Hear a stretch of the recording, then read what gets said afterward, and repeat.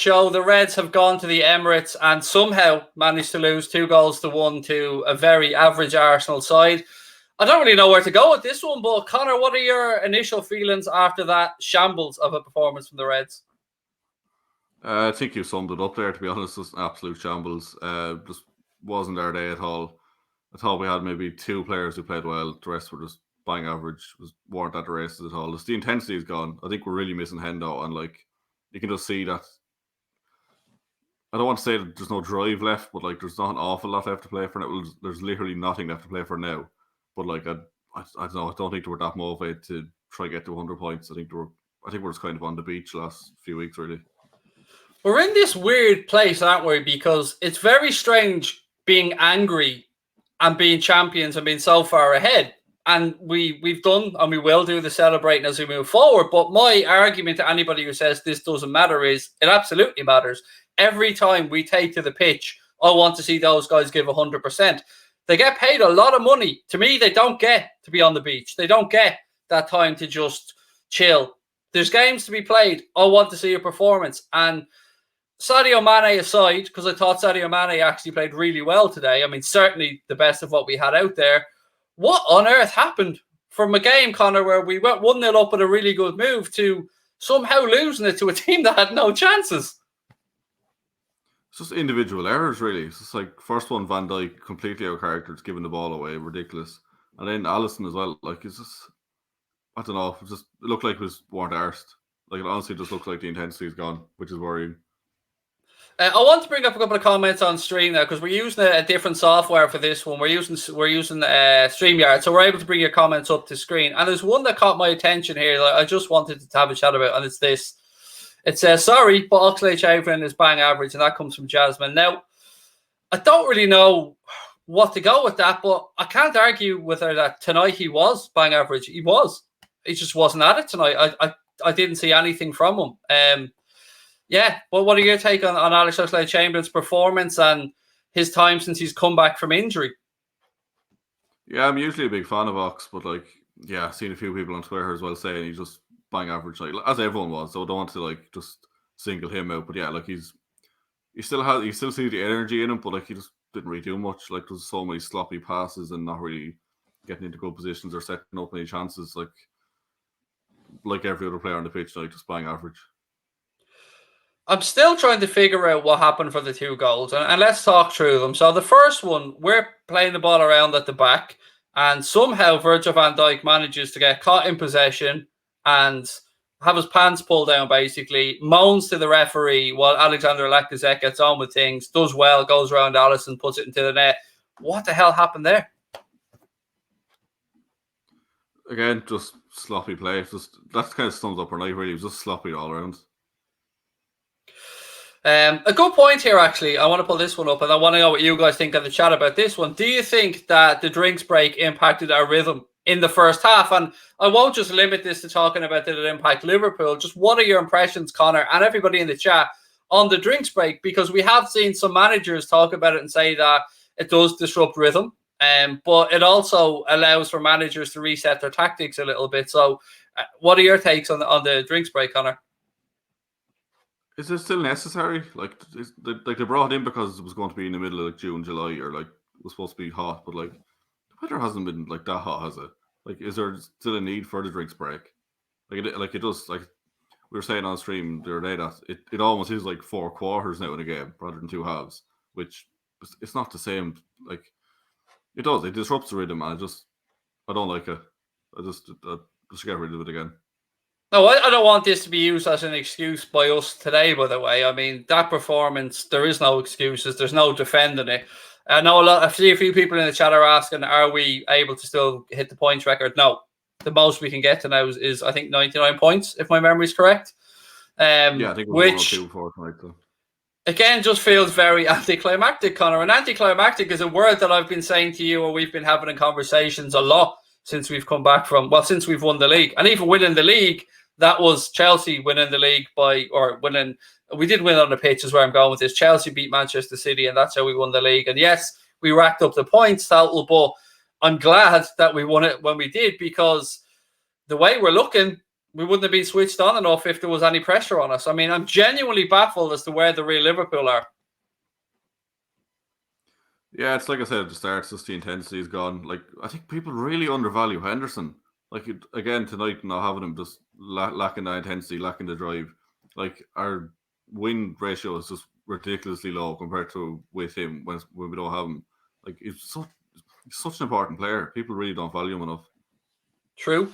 Azzy, thank you for the super chat, mate. It divides the game in quarters, need the strength with 5 subs. Now, one thing I want to talk about, we'll go through the game and we'll talk about that. But look, again, this seems to be a reminder to me, Connor, that these lads, some of them, have gotten a bit too comfortable. And I want us to go out and spend money this summer because everything I'm reading suggests that Manchester City are going to go big in this window. There's talk of Lautaro Martinez from Inter Milan.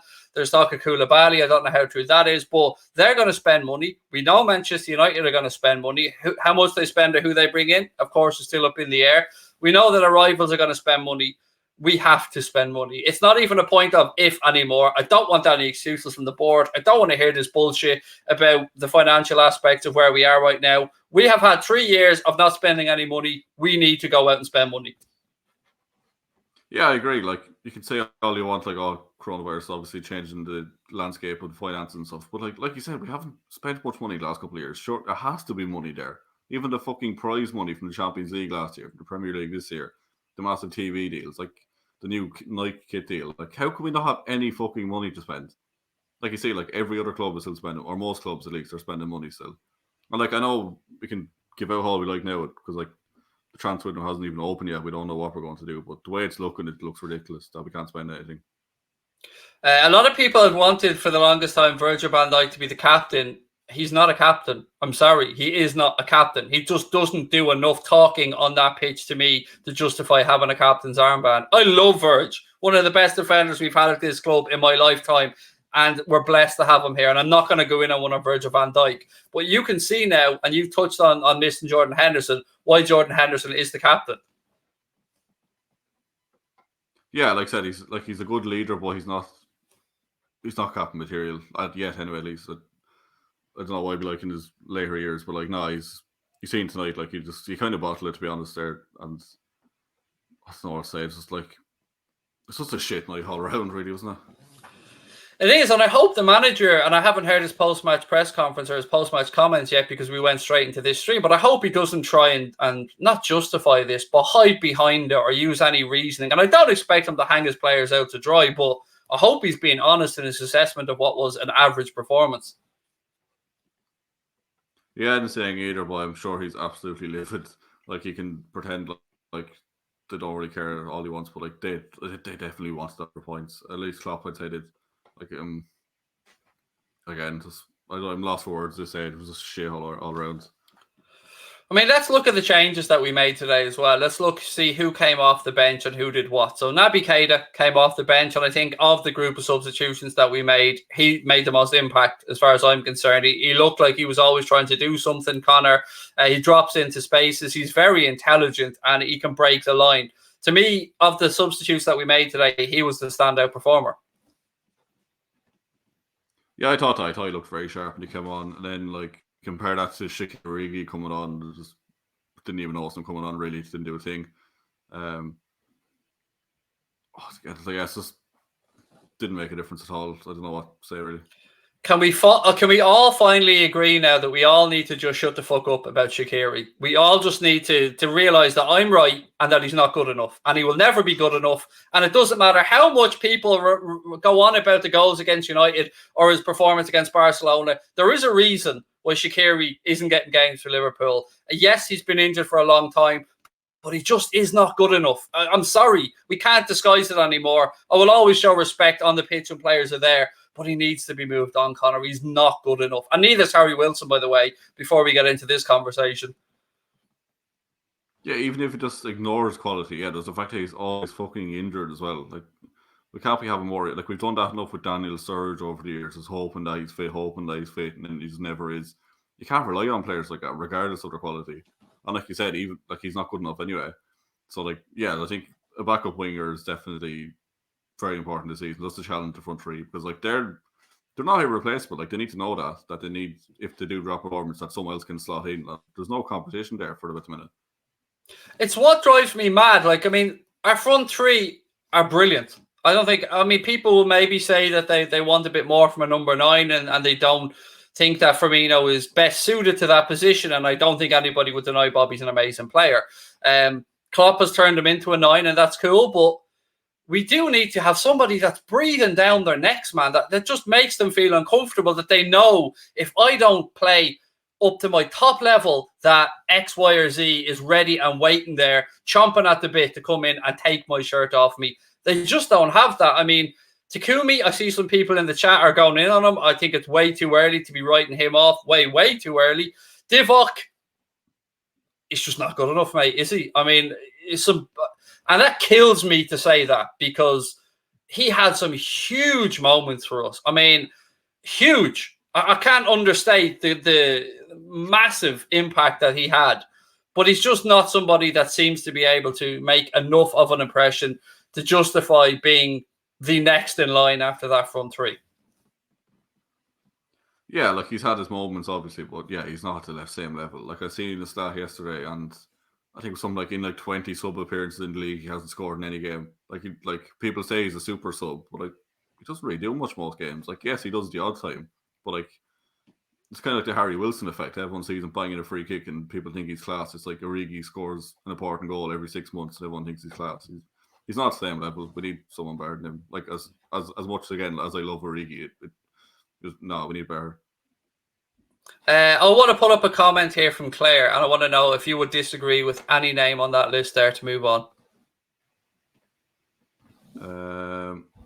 Ox. Rest of them might be fairly sound with leaving. Yeah, I was of the same mindset. I mean, Alex Oxlade-Chamberlain hasn't been at the levels that he was at the season where we got to the Champions League final, lost. But I mean, he was playing at a ridiculously high level there. But yeah, for me on that list, Origi, I would move on if Noffer came in. Wilson, yes. Shaqiri, yes. Lovren, yes. Karius, yes. Adrian, yes. Woodburn, yes. I can't really disagree with too much on that list. But unfortunately, in the climate that we're in, I can't see a situation where all of those players are going to be moved on. I just think that's too many people to be looking to move on in one window. The situation about Alisson, again, I would say it's the same as the front three. Excellent, one of the best in the world, but doesn't have anyone breathing down his neck to make him feel uncomfortable, because he knows he's infinitely better than Karius. He knows he's infinitely better than Adrian. We know that as fans, as much as we respect all of our players, he doesn't have any pressure. You look at United, he's David De Gea has Sergio Romero there. He knows he's got Dean Henderson, who's on loan at Sheffield United, and he knows that if he doesn't live up to it, that Solskjaer or Manchester United will just bring somebody in there and give them an opportunity. And again, for as good as we are, and you said a comment that Dara Azizi brought up to me before, that we both said we're 90% of the way there. I still stand over that, but 10% still a big amount, mate. 10% still a big amount that we can look to improve. Yeah, especially when you see like Chelsea improving a lot, City playing very well. Like, we're going to be up for it next season. It's going to be very tough to retain this title next year. And like, yes, we'll be thereabouts with the squad we have, but like, we don't want to be thereabouts. We want to be fucking there with like another 2 or 3 world class players in the squad. So we just blow everyone out of the water again, which I can't see happening currently. Yeah, look, it's really difficult because we've got the Holy Grail. We've got what we wanted for 30 years now. We are Premier League champions. We have won the European Cup under Klopp. We've won the Club World Cup. We've won the Super Cup. But that can't be it. And I know Klopp doesn't want that to be it. I'm not in any way thinking that the manager is thinking, well, we've achieved what we needed to. No, he's got 4 more years here. He's going to want to push on. But I would just love, it's very difficult to have this conversation because we don't know who is saying no to the transfers. So we don't know if Jurgen Klopp was looking at his squad, looks and sees young Ryan Brewster, thinks, yep, there's a kid there that's going to burst through. And I think we'd all agree with that. Looks at Harvey Elliott and thinks, look, just signed a professional contract, still very young. He's going to have an opportunity to improve. Curtis Jones, again, another young up-and-coming talent. But I don't want the weight of our club to burden those young men. I want them to be given the opportunity when it is right to do so, and not because we've got fuck all else to use. With respect to those 3 young men, I have every belief in 2 or 3 years' time they will be mainstays in this Liverpool team and will be absolutely fantastic players, but they're not it yet. They're not ready yet. They're not good enough yet that Klopp can say, all right, Mo, you're having a rest today because Raheem Bruce is going to come in or because Harvey Elliott's going to come in. That's a lot of pressure for those young men. Yeah, I agree. Like, yes, obviously they have big futures ahead of them, which is the important part. Futures, not currently. Like, you can have a few players like that in the squad, obviously, to mix in or out, but you don't want to be relying on them too much. Like, you need that wealth of experience as well. Which, like, look at this clown. Look at this clown. Look, Maguire's better than Van Dijk. Put your fuck off, mate. Maguire is not even fit. Maguire wouldn't even agree with you on that one, to be fair. I guarantee you. No, sorry, Connor. But what was I saying? Yeah, we need just more like experienced players. Like, you look at James Milner even coming in. Like, we need, like, you can't rely on the young players. You need to bring in, like, I wouldn't be against bringing in like experienced players. Like, we're linked with Thiago. He's like 29, experienced. Has won a lot. We're linked with Willian, again, fairly old, but he could do a couple of seasons. Like, I thought, like, they, especially Willian, I think, because that'd be a cheap option. I know, like, you'd obviously be signing on fees for like a free transfer, but like, what would you make of that, or someone like him, that kind of an age? Somebody actually asked me that during the game. Somebody said to me, "What do you think of Willian?" And I think he's a very good footballer, and I actually think, like Son, he's somebody that would work in Klopp's system. He works hard, and Klopp would appreciate what he brings to the team. Now, in saying that, is he the person that we're talking about that's going to put pressure on everybody else up their game? I don't know. I mean, let me throw this out there. If we threw down 80 million quid to go and get Jadon Sancho right now, those front three will be on their toes. That's the type of level of player that we should be looking to go out there and get in this window. Yeah, this goes back to finance again, and like we said, like it's hard to believe we don't have any, especially if we do sell a few players. But yeah, we need someone like a Sancho. We didn't get Werner, like that level of a player that they could just slot in seamlessly. Like, you look at even Man City, like they have like Aguero when he's not injured, and they have like Mahrez, Bernardo Silva, Sterling. They had Sané up onto recently. They probably replace him now with someone. Gabriel Jesus. Like, there's just so many. Like, have 5 or 6 players. And like, we're kind of like that with midfield. To be fair, we have like a good wealth of players, 5 or 6, and that's what we need up front as well. This comment here from Michael Murphy said, personally, I'd have brought on Harvey Elliott rather than Origi with 15 minutes remaining of the game. We actually spoke about this before the stream and pretty much said the very same thing. Why not give him the minutes? Why not give him the opportunity? I would have said instead of Shaqiri, because we know he's most likely going to be leaving. So what's the point of giving him minutes when we could give it to Harvey Elliott, who has a future at the club? Or even like Curtis Jones, because like, even the last game we played, you see like the few young lads in there, and you see just the fight that they have, because like, they do have something to play for. They want to impress the manager. They want to have a player in the squad. So like, I would not have been against that at all if we had even started like Curtis Jones again, or Neco Williams, or give Elliott 40 minutes. It wouldn't bother me at all. I think that would drive us on even more, because like, they have that energy, they have the drive to try and impress and to play well. I'm honestly heartbroken over the points thing. All season, I've been saying the same thing. Don't care about Invincibles. I want us to break the points total. It was in our own hands, and in the space of a week, we've managed to just throw it out the window and go out with a whimper. It's just not good enough.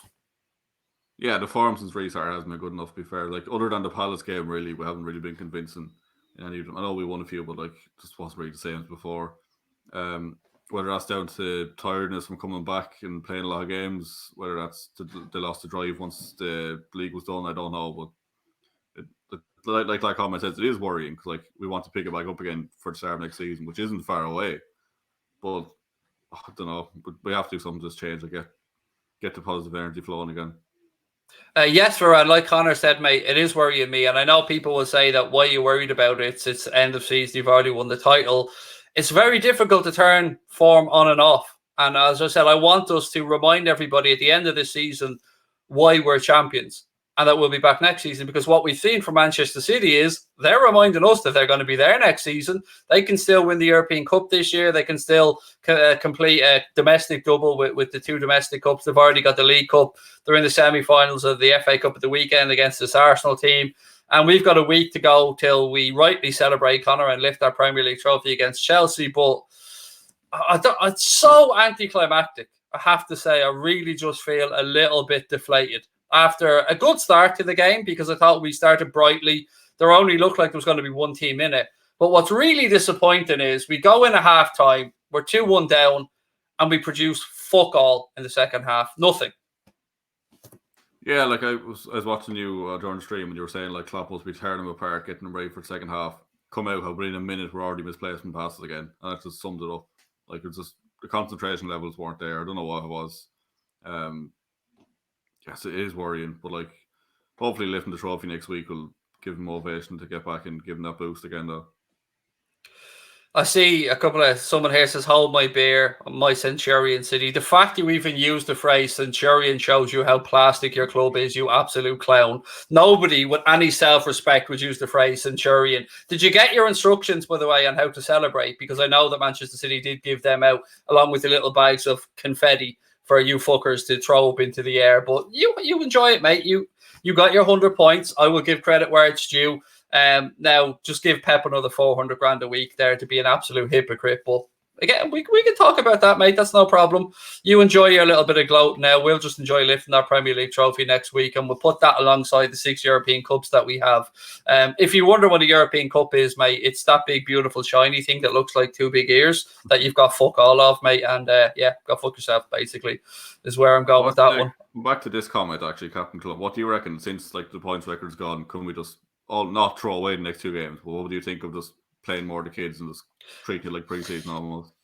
If we were going to be playing Chelsea at a packed Anfield on the last home game of the season and the players' families and the crowd were there, I would say no, absolutely not, even after that performance today. But with nobody being inside the stadium, yeah, give them a chance. Why not? Like we said earlier on, what's the point in giving the likes of Shaqiri, who's probably not going to be here, more minutes? I'm genuinely flabbergasted by that. I don't understand why he got a run out today and Curtis Jones and Harvey Elliott were left sitting on the bench. 2 young men that have a future at this football club. I think it'd be very harsh, say, to drop any of the front 3 for the last home game of the season where we're going to be getting that Premier League trophy. I mean, out of respect for the players that are at the club, I probably would go fairly strong. And of respect for the competition as well, because it's only fair to the likes of Manchester United and Leicester City that Liverpool try and win the game. That Liverpool go out there and you know, we talked about the integrity of the competition before. There is still a lot of stuff going on around us this season that we can impact. So from an integrity point of view, I hope we try and win the 2 games. But if we made a few changes, would I be that annoyed about it? No, not really. How about yourself? Yeah, same as you. I'd like to go fairly strong, like at least 70 or 80%. But I wouldn't mind seeing Curtis Jones and Elliott getting a start, or Neco Williams, or anyone like that. But yeah, we just need to get the intensity back, wherever that's going to work. Again, this comment here I want to bring up about, come on, lads, you have to understand Hendo's influence now. We're fucking lost without him. You know what? Yes.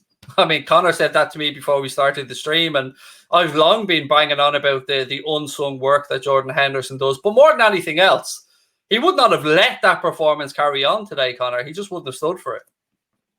Yeah, I even said it in the preview as well. It's just like, regardless of what you think of him as a footballer, just his influence on the pitch just raises everyone's level. Like, that sloppiness is gone.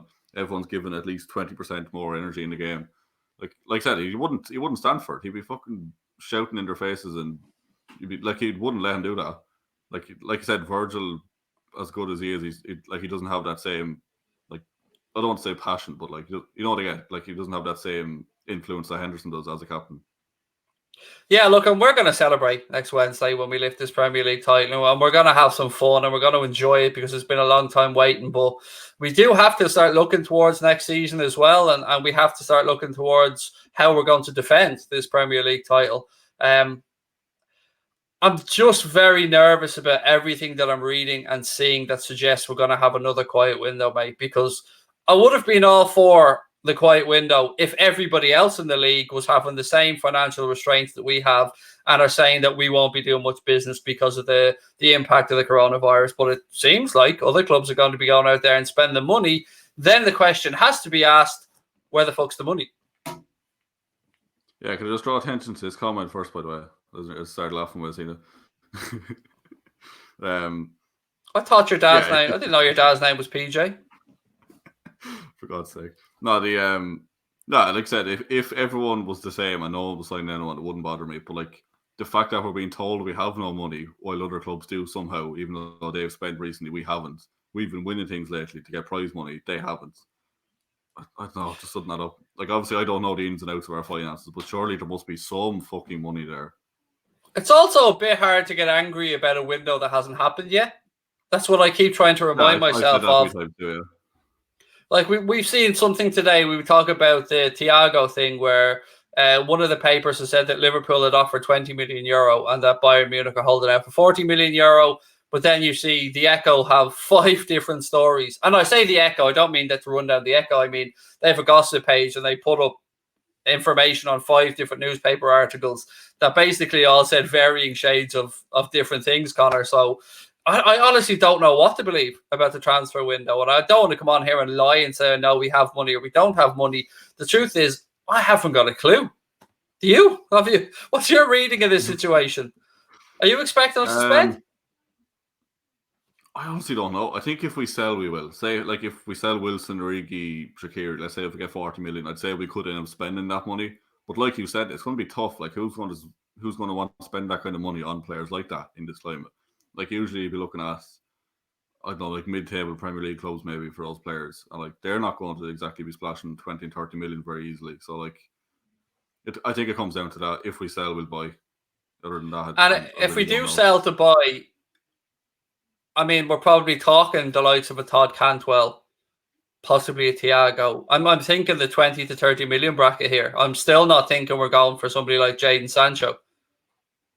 No, I wouldn't see her. I'd say 30, 40 million is the max. But, like, I wouldn't be against signing like this Todd Cantwell, but, like, I'd rather, like, if we're signing someone like that, I'd like him to come in along with a bigger name.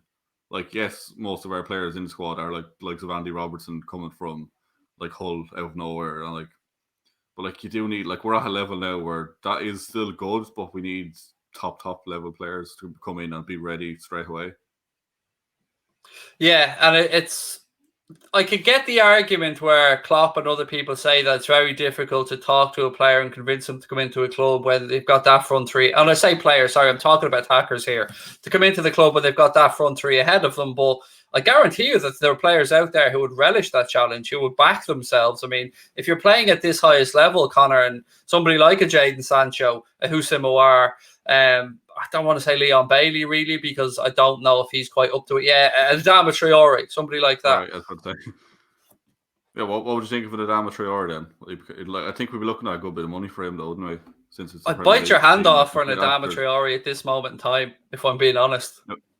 Could you imagine the fee, though? Like, the fact that it's a Premier League club and a club that's possibly going to be in the Champions League next season, which is completely mad to say it, but, like, at least Europa League. Like, it'd take a big fee, I'd imagine. It would, and like you look at that Wolves team, and there's a few players in there that you could possibly look at taking. We were linked with another Wolves player recently, Grujic. Yeah, that's somebody that we haven't really had much of a chance to talk about. What harm bringing a player that we already own back to the club, Connor, and seeing how he gets on? Yeah, I really like this fella. I think he's. I haven't watched an awful lot of him, but what I have seen, he looked very good, and even the reports out of Germany seem to be very glowing for him. Like, I think wasn't there a quote from someone at Hertha saying like he's the best midfielder they've ever had, or like in recent years or something. Like, I don't know if it was a manager, but I don't know if it's the same manager that's still there, because I'm not sure if they've changed managers or not. I think they may have, but yes, somebody did say that he's the best midfielder they've had at the club in the last decade.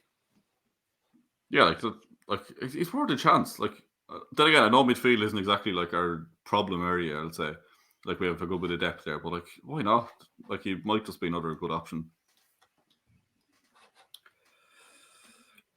Why is somebody saying report the lads that saying roses are red, violets are blue? Arsenal won, well, Liverpool won, Arsenal 2. Well, it's funny, to be fair. I mean, it's got to take some banter as well along the way. Right, what else is there? Any more comments you want to pull up before we trunch off into sadness? Do you want to bother trying to do player ratings or give it a miss? Yeah, they're all shy. That's my player ratings. Everybody 6. Everybody 6. Mane 7. Yeah, everyone's 6. Mane 7. That's pretty much my player ratings. It's Van Dijk just hasn't looked himself lately. By the way, I've seen somebody today trying to have a pop at Joe Gomez, but there's no doubt Gomez was the better of the two today. Yeah, it's just, I don't know. It's just, yeah, like I said, he hasn't really been the same. But like, the most of the squad hasn't been the same, so I'm not going to single him out. But like, yeah, we need to step back up again. I don't know what's going on. I want to throw one name. He didn't do anything wrong, really. one name it should before we finish up, and it's a name that I've seen pop back up in the media, and it's another midfielder, Ruben Neves. Yeah, I take him if we get him for a decent fee. But again, Wolves probably not going to sell to us very cheaply. No, I wouldn't imagine so as well. And with the Portuguese contingent that's at Wolves and Nuno looking like he's going to sign a contract extension from what I've read as well, probably be very costly again to get him out of there. And I think as one of the Premier League managers, or I think it was somebody associated with Norwich, said with regards to Jamal Lewis, Todd Cantwell and the players at Norwich that remember there's pretty much a tax for Premier League or proven English talent as well. So I know Neves obviously is an English talent, but he is Premier League proven. Wouldn't take him long to acclimatise, I'm sure, to Klopp, and he's worked with Pep and Linders in the 7 years I think they were together at Porto when he was breaking through there. So I don't know. Look, I don't want to go in on this group because they've achieved wonderful, wonderful things together. And keeping the group together is important as well. We've heard Jose Mourinho talk about when he was at Porto, one of his biggest achievements there was keeping that group of players together, and that's how they achieved success. But I just wonder if somebody will be thinking about cashing in on one of the front three. I wonder. Hard to know. I doubt in this climate, to be fair. But like, well, let's say you kind of said you've always said next season you think one will go, didn't you? I've always thought it was Mo as well. I've been in my head. I don't know why. I don't love Mo, by the way. I don't want him to go anywhere. But I've always just got this niggling little feeling that there's another chapter in the Mohamed Salah story for him. I mean, look, let's throw a hypothetical out there before we finish up. If 150 million came in right now from, let's say, Juventus, just for argument's sake, for Mohamed Salah, would you take it? I don't think I would, because like I don't know who would actually replace him with. I know obviously you could offer like Sancho or someone, but like you already have the world-class proven player there. Like, so why would you get rid of him to try and replace him with a world-class player? You already have the world-class player, if that makes sense. Yeah, I would say no, unless it was the only way that we had a chance of freshening up this squad. And if that is the case, then it is sad. It's a sad state of affairs that with the increases that we've done in the stadium, in the attendance of games, with the increased television revenue, with the prize money from the Premier League and the Champions League, with the Nike kit deal coming out as well, and with everything that we've achieved, if we're somehow sitting here and saying we've got no money for transfers, somebody needs to answer a question. I know we spent a lot of money last year on renewing players' contracts, and we spent a lot of money on agents' fees, but even at that, Manchester City are paying their manager 400 grand a week. Well, £20 million a year, put it that way.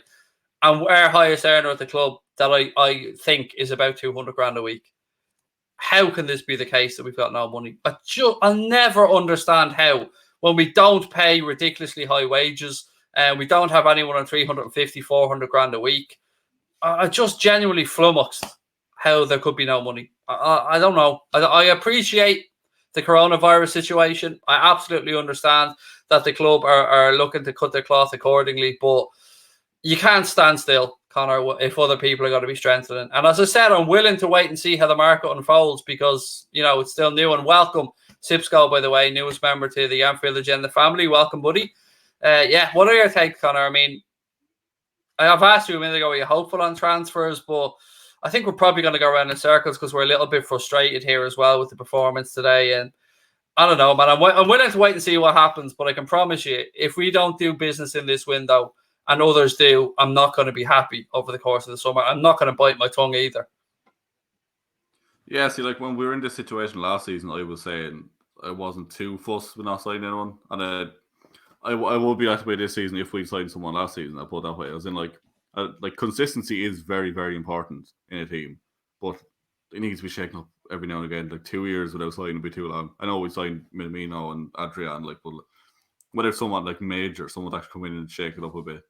I think 2 years is too long. I think we need someone, whoever that is. Like, I don't know, I'd love to see like the meetings in the actual club at like what is our actual financial position right now? Like, is it because we're planning on building onto the stadium? Is it because of the new training ground? I know, like, I think you told me before that has actually nothing to do with like FFP and stuff, wasn't it? Like the infrastructure. So like, well, it has something to do with. Anyway, but it has something to do with the club's finances for sure. But yes, FFP. If you're improving, what do they call it? Infrastructure. A capital project or something like that. Yeah, if you're improving your infrastructure with a training ground, a new stand, that can be offset against FFP 100%. It's because you're improving your asset, you're adding value. And yeah, I understand that argument as well, that we have got a fantastic new training facility that's being built. And then we've got some great youngsters at the club. And I'm very, very positive about these kids that are coming through. We've done very well in bringing the greatest talent from around Europe to the club, and Kylian Hoover, Sepp van den Berg, Curtis Jones, Neco Williams that are coming through the academy as well. And Harvey Elliott that we brought in, Ryan Brewster, who scored again today for Swansea. So I'm positive that there's some great youngsters, but sometimes when you're at the top table, you need to live in the here and now as well. And that's why I think if we don't go out and sign a good attacker this summer, back up at left back, I'm not really holding my breath with the goalkeeper situation, to be fair, because that would involve us moving on 2 keepers. But look, I don't know, man. We'll have to wait and see how this is. But if you were to pick a man of the match today, Connor, before we finish up? Probably to give it to Mane, the only starter I thought that they actually did fairly well.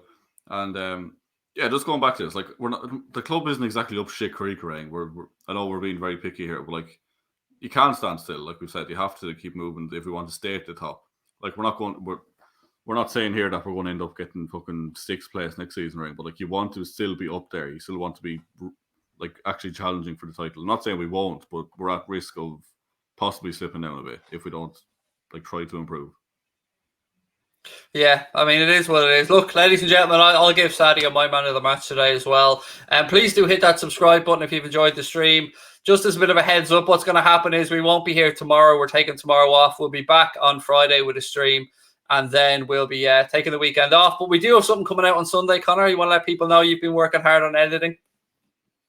Yeah, so we interviewed Jamie Webster back in, I want to say, the end of April, maybe the start of May. It was a good while ago, actually, because I think he probably finally got a haircut, actually. It looked completely different in the video we're putting up on Sunday. But yeah, so check that out Sunday evening, I'd imagine. And he's just talking about his new album, which is out next month, and lockdown and all things football. And there's a bit of gossip in there as well towards the end, so definitely watch it for that. Yep, look, we appreciate you being with us, ladies and gentlemen. Hit that subscribe button, give us a thumbs up. If you're watching this back later on, please let us know your thoughts on everything that we've spoken about. Congratulations to Arsenal on the win today. I have Jurgen Klopp's post-match press conference or post-match interview paused here, ready to watch when I'm finished.